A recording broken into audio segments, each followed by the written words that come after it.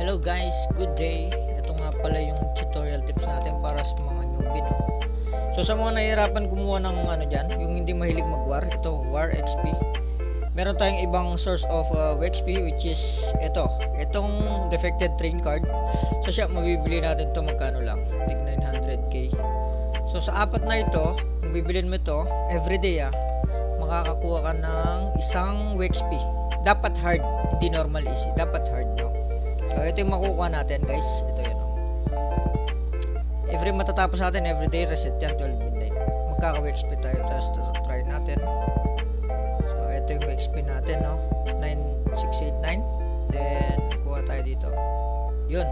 Pasok. 9789. So, other thing is, yung palang war XP is magagamit natin sa pagdagdag ng stats dito. Sa Merit Mastery. Ito yun, no? Dito makakuha ng penetration, depende kung ilan yung kailangan mo. Pero try natin mag-use ng 10 lang. Kasi meron naman ako 10 dito. Yan.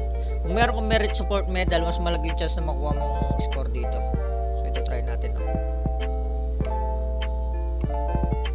Yun.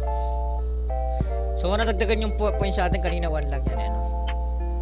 Diyan lang. Good source of War XP. Ito